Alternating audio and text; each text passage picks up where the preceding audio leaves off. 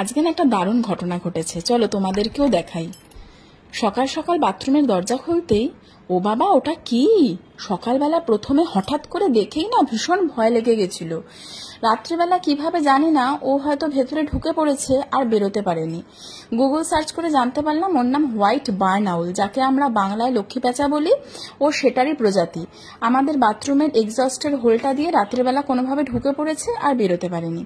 এই দেখো, ওরা তো জেনারেলি দিনের বেলা ঘুমায়, ঘুমে কেমন চোখগুলো বুজে আসছে, আবার ডাকলে পরে আবার তাকাচ্ছে। যাই হোক, আমরা সাথে সাথেই বন দপ্তরের লোককে খবর দিয়ে দিই। তো বন দপ্তরের লোক কিছুক্ষণের মধ্যেই চলে আসে। এই দেখো,